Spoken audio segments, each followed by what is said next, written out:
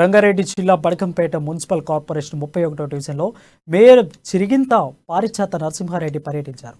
ఈ శ్రీ విద్యా టౌన్షిప్ కాలనీలో ఏర్పాటు చేసిన సీసీ కెమెరాలను మేయర్ ప్రారంభించారు.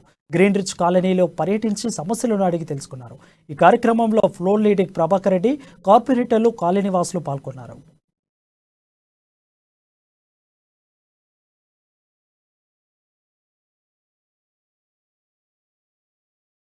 ఈరోజు బడంపేట మున్సిపల్ కార్పొరేషన్ సంబంధించి 31వ డివిజన్ సంబంధించిన శ్రీ విద్యా టౌన్షిప్ కాలనీలో సీసీ కెమెరాలు ఏర్పాటు చేయడం జరిగింది.